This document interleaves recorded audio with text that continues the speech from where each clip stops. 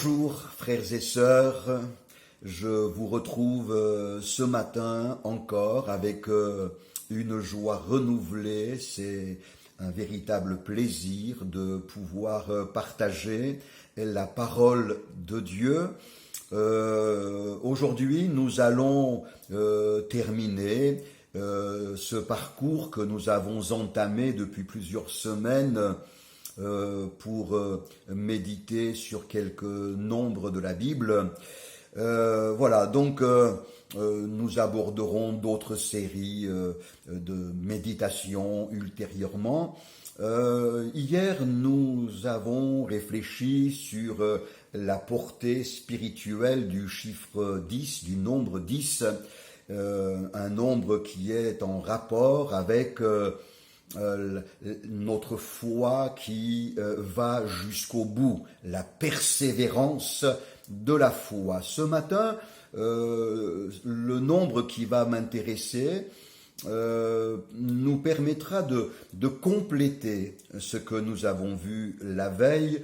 Ce nombre, c'est le nombre 40, dans des circonstances très fortes, très précises, et à plusieurs reprises, nous trouvons le nombre 40, et très évidemment, ce nombre est en rapport avec la notion de l'épreuve. Et plus précisément, le croyant qui va traverser victorieusement les diverses épreuves qui jalonneront son parcours. Donc, on va être amené à parler de la foi qui persévère, bien entendu, mais avec un complément qui, je le crois, va nous encourager et nous édifier les uns les autres.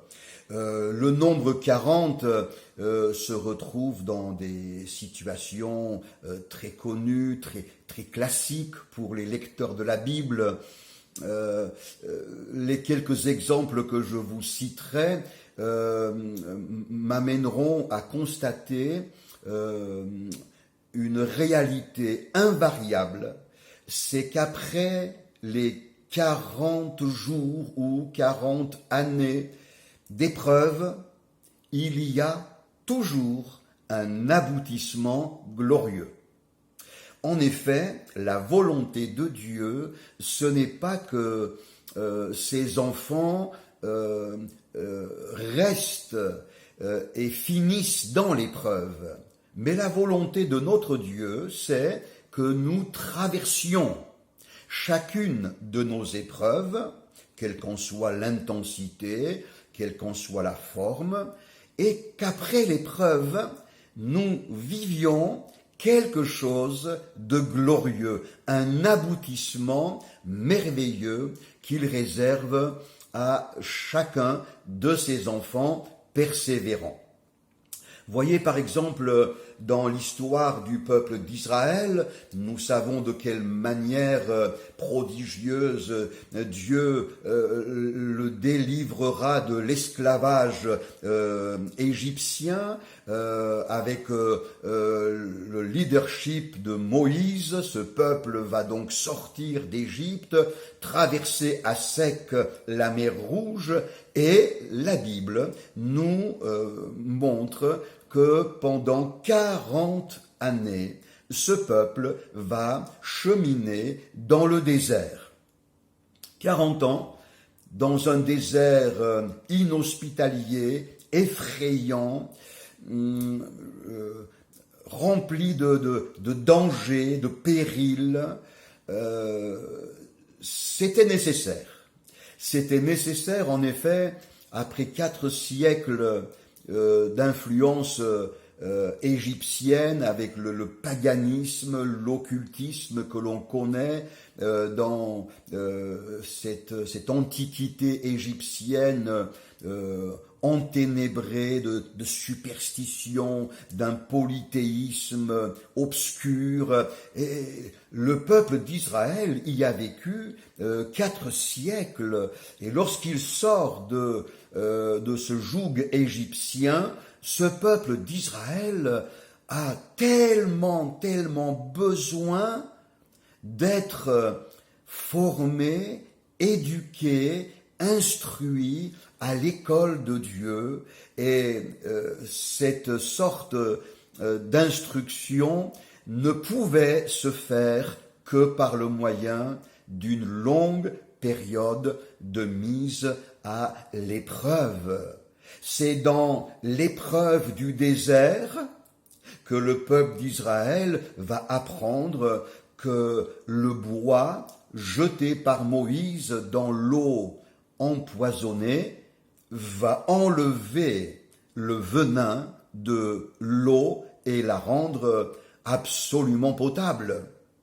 C'est dans l'épreuve du désert que le peuple d'Israël va apprendre à sortir de sa tente chaque matin pour récolter la manne que l'Éternel déposait fidèlement sur la surface du sol.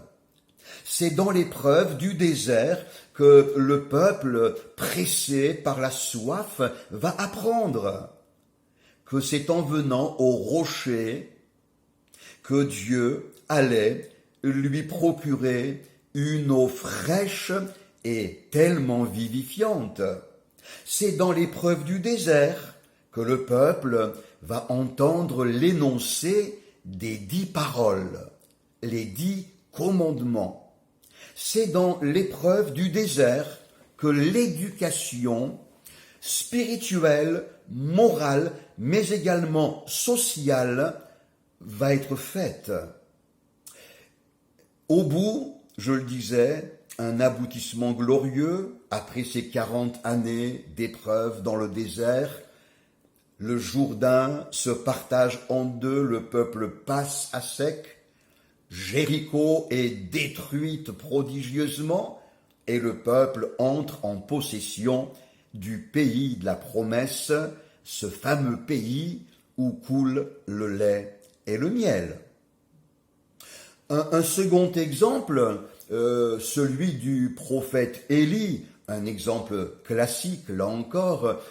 Élie, brusquement plongé dans un découragement extrême, se couche dans le désert et prie son Dieu de le reprendre, de le faire mourir. Et Dieu va prendre soin de son prophète fatigué, découragé. Il lui servira un pain délicieux, une eau rafraîchissante, et avec les énergies que vont lui procurer ces éléments, la Bible nous dit qu'Élie sera capable de marcher pendant 40 jours et 40 nuits jusqu'à la montagne de Dieu. Et là, quel aboutissement merveilleux! Élie vit un cœur à cœur avec son Dieu. Il répand sa déception, ses incompréhensions, son amertume, et Dieu, avec bonté, s'emploie à le restaurer, à le réconforter, et lui montre qu'en fait, tout n'est pas fini, mais que Dieu a encore un plan pour son serviteur. Et vous connaissez la suite, bien évidemment. Il y a tant et tant de récits que nous pourrions énumérer. Accordez-moi simplement de terminer ce bref partage biblique par juste quelques versets. L'apôtre Jacques, au chapitre 1 de son épître, et au verset 2, 3 et 4, nous adresse ces paroles. « Mes frères, regardez comme un sujet de joie complète les diverses épreuves auxquelles vous pouvez être exposé, sachant que l'épreuve de votre foi produit la patience. Mais il faut que la patience accomplisse pleinement son œuvre afin que vous soyez parfaits et que vous soyez accomplis sans faillir en rien. Serrons ces paroles au fond de notre cœur et comprenons que les épreuves que nous serons amenés à traverser engendreront en nous des progrès merveilleux, notamment dans le domaine d'augmenter notre patience, pour que nous devenions, comme dit l'apôtre Jacques, des hommes et des femmes parfaits, parfaites, pleinement accomplis, sans faillir en rien. Écoutons le roi David s'exprimer sur le sujet de l'épreuve. C'est le psaume 139, les versets 23 et 24. « Sonde-moi, ô Dieu, et connais mon cœur. Éprouve-moi. » C'est l'épreuve, n'est-ce pas? « Éprouve-moi et connais mes pensées. Regarde si je suis sur une mauvaise voie et conduis-moi sur la voie de l'éternité. » Oui, les épreuves que nous pouvons rencontrer un jour ou l'autre, parce que dans son amour, Dieu le permet pour nous pousser à progresser, à grandir, à mûrir dans notre vie spirituelle. Ces épreuves sont souvent l'occasion de mettre en lumière certains sentiments qui étaient enfouis dans notre cœur et qui n'étaient pas du tout à la gloire du Seigneur. Et ces épreuves parfois mettent en lumière certaines pensées que nous avions et que nous pensions être tout à fait légitimes, mais dans l'épreuve, Dieu nous montre que nos pensées n'étaient pas conformes aux siennes. C'est dans l'épreuve souvent, comme le dit David, que nous prenons conscience de nous trouver sur une voie qui est une mauvaise voie, qui n'est pas la voie que Dieu avait prévue pour nous. C'est dans l'épreuve que nous adressons à Dieu cette merveilleuse prière. Ô Seigneur, conduis-moi sur la voie de l'éternité. Alors mon frère, ma sœur qui écoute ces paroles, peut-être traverses-tu une épreuve. Cette épreuve peut prendre 1000 formes.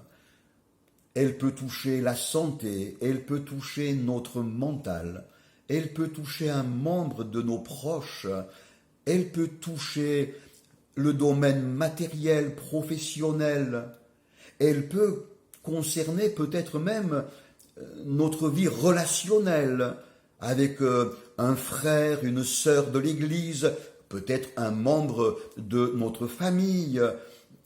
Quelle que soit la forme de cette épreuve, la bonne réaction est de nous approcher de notre Dieu, lui réclamant sa grâce. Les capacités du Seigneur nous seront communiquées, elles nous permettront de traverser l'épreuve avec joie et victorieusement. Qu'il en soit ainsi pour toi, pour chacun d'entre nous. À bientôt.